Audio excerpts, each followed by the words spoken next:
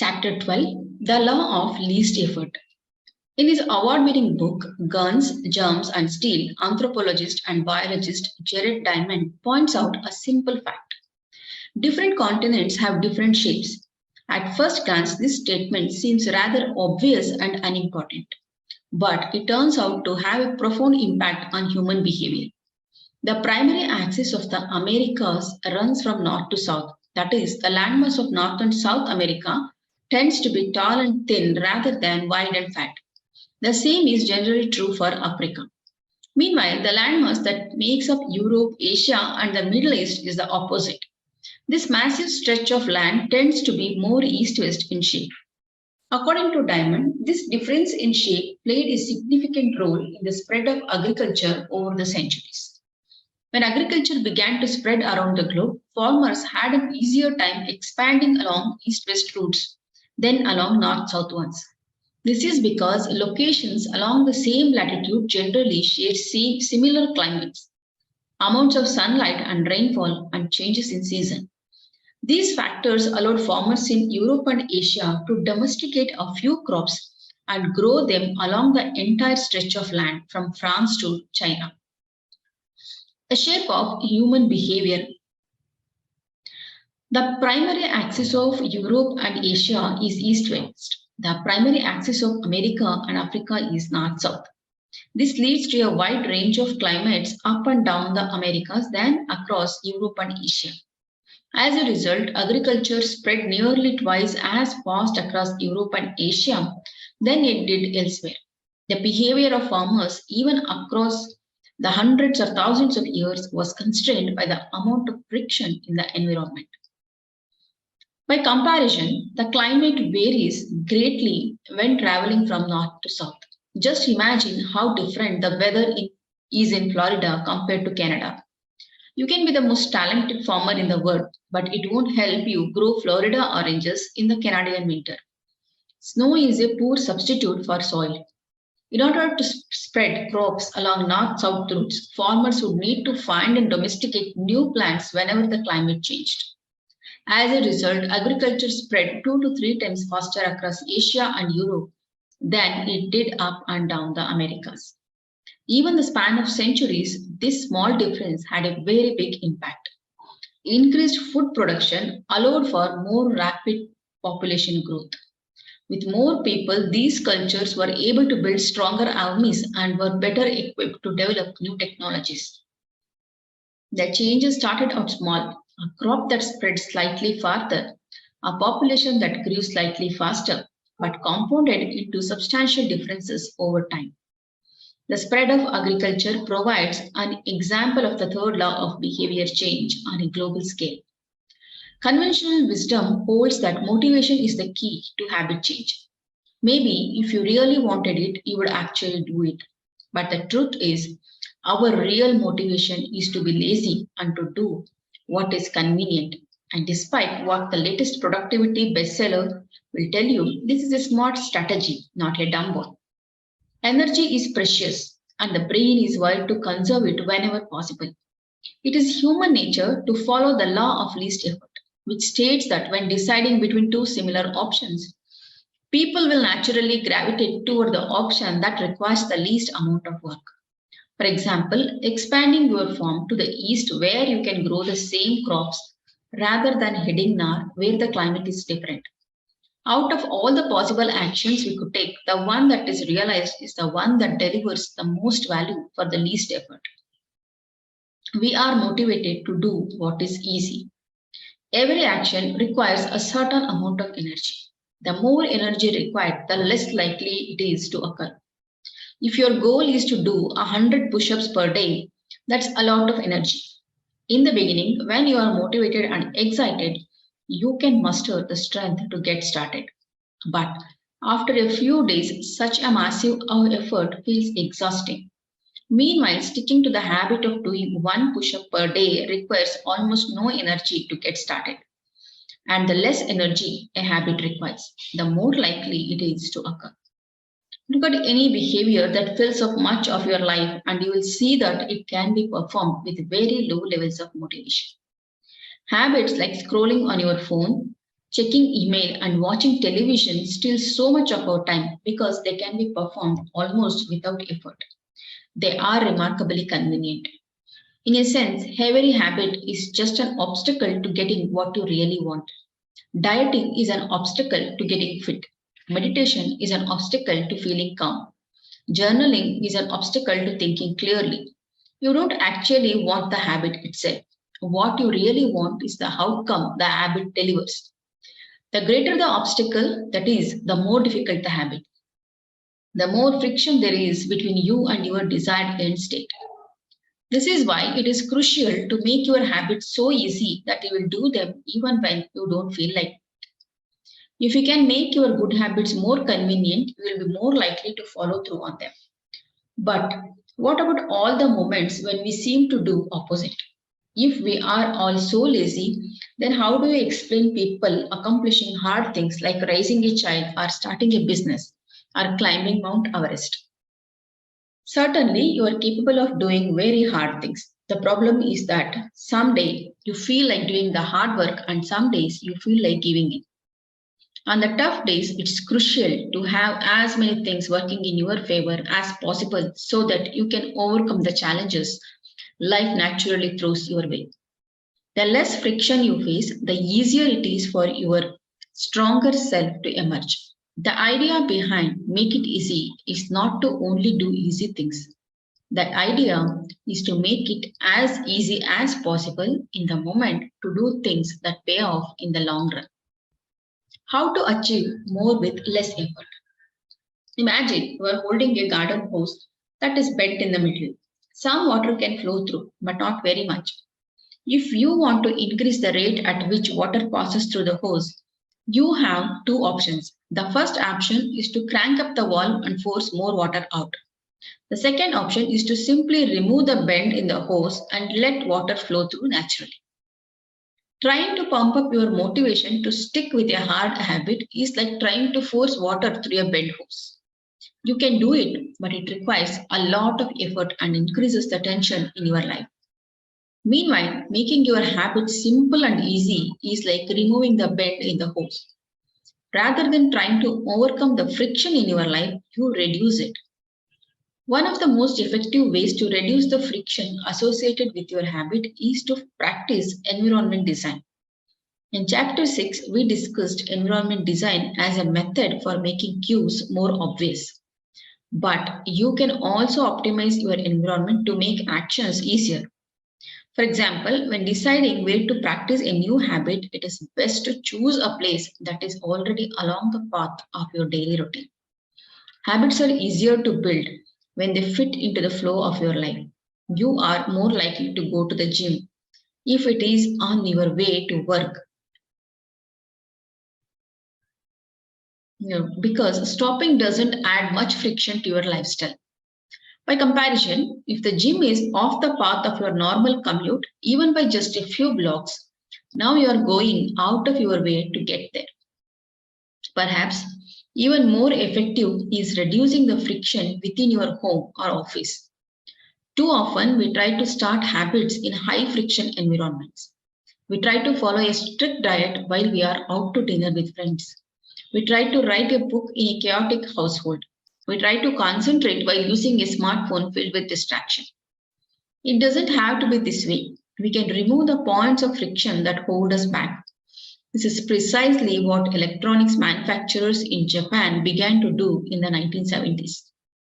In an article published in the New Yorker titled Better All the Time by James Clear writes, Japanese firms emphasized what came to be known as lean production, relentlessly looking to remove waste of all kinds from the production process, down to redesigning workspaces, so workers didn't have to waste time twisting and turning to reach their tools.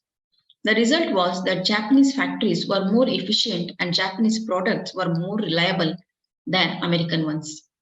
In 1974, service calls for American-made colored television were 5 times as common as for Japanese televisions. By 1979, it took American workers 3 times as long to assemble their sets. I like to refer to this strategy as addition by subtraction.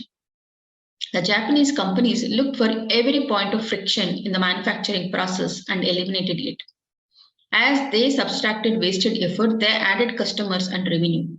Similarly, when we remove the points of friction that sap our time and energy, we can achieve more with less effort. This is one reason tidying up can feel so good. We are simultaneously moving forward and listening the cognitive load our environment places on us. If you look at the most habit forming products, you will notice that one of the things these goods and services do best is remove little bits of friction from your life. Meal delivery services reduce the friction of shopping for groceries. Dating apps reduce the friction of making social introductions. Ride sharing services reduce the friction of getting across town. Text messaging reduces the friction of sending a letter in the mail. Like a Japanese television manufacturer redesigning their workspace to reduce wasted motion, successful companies redesign their products to automate, eliminate, or simplify as many steps as possible. They reduce the number of fields on each form. They pare down the number of clicks required to create an account. They deliver their products with easy to understand directions or ask their customers to make fewer choices. When the first voice-activated speakers were released, products like Google Home, Amazon Echo, and Apple HomePod, I asked a friend what he liked about the product he had purchased. He said it was just easier to say, play some country music, than to pull out his phone, open the music app, and pick a playlist. Of course, just a few years earlier, having unlimited access to music in your pocket was a remarkably frictionless behavior compared to driving to the store and buying a CD. Business is a never-ending quest to deliver the same result in an easier fashion. Similar strategies have been used effectively by governments. When the British government wanted to increase tax collection rates, they switched from sending citizens to a web page where the tax form could be downloaded to linking directly to the form. Reducing that one step in the process increased the response rate from 19.2% to 23.4%. For a country like the United Kingdom, those percentage points represent millions in tax revenue. The central idea is to create an environment where doing the right thing is as easy as possible. Much of the battle of building better habits comes down to finding ways to reduce the friction associated with our good habits and increase the friction associated with our bad ones. Prime the environment for future use. Oswald Knuckles is an IT developer from Nats, Mississippi. He is also someone who understands the power of priming this environment. Knuckles dialed in his cleaning habits by following a strategy he refers to as resetting the room. For instance, when he finishes watching television, he places the remote back on the TV stand, arranges the pillow on the couch, and folds the blanket. When he leaves his car, he throws any trash away. Whenever he takes a shower, he wipes down the toilet while the shower is warming up. As he notes, the perfect time to clean the toilet is right before you wash yourself in the shower anyway. The purpose of resetting each room is not simply to clean up after the last action, but to prepare for the next action. When I walk into a room, everything is in the right place. Knuckles wrote, because I do this every day in every room, stuff always stays in good shape.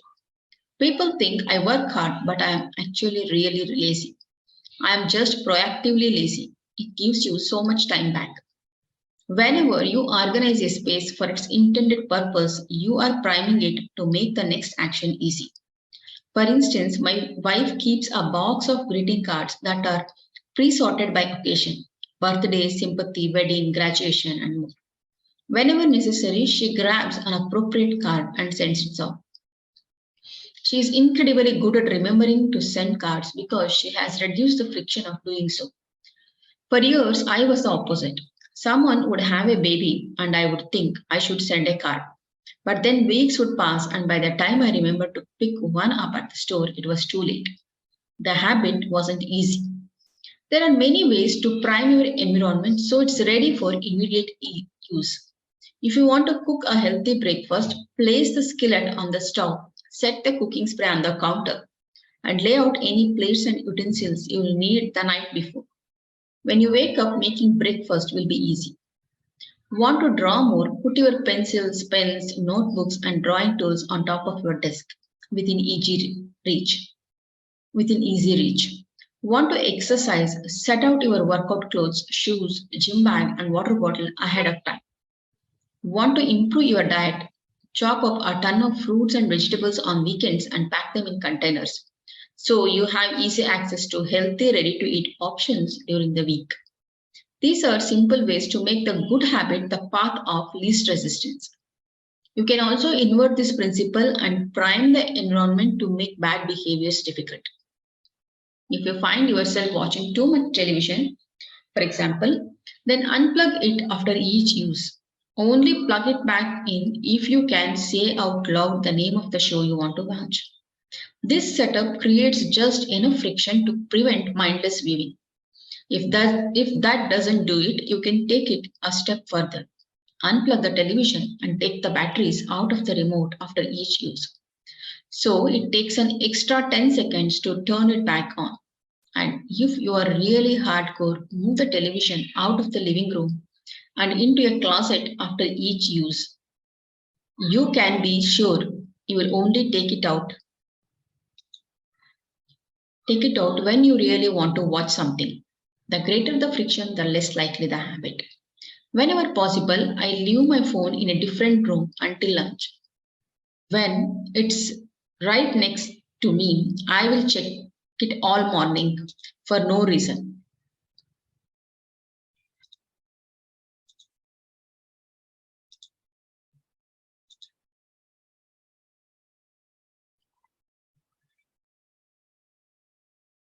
But when it is in the other room, I rarely think about it, and the friction is high enough that I won't go get it without a reason. As a result, I get 3 to 4 hours each morning when I can work without interruption. If sticking your phone in another room doesn't seem like enough, tell a friend or family member to hide it from you for a few hours. Ask a coworker to keep it at their desk in the morning and give it back to you at lunch.